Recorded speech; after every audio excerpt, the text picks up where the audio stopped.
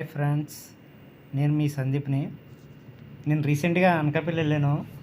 అనకాపల్లి వెళ్ళినప్పుడు మా ఫ్రెండ్ అన్నాడు, ఇక్కడ మనకి అనకాపల్లికి 5 కిలోమీటర్ల దూరంలో ఒక బౌద్ధ దేవాలయం ఉంది, ఒకసారి వెళ్దాం కదా అన్నాడు.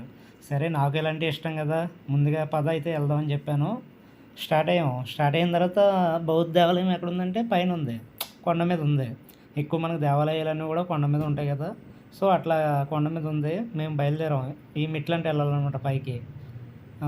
మెట్లు కూడా చాలా హైట్‌లో ఉన్నాయి. కొండ మీదగా కొండ కొంచెం హైట్‌లో ఉంది.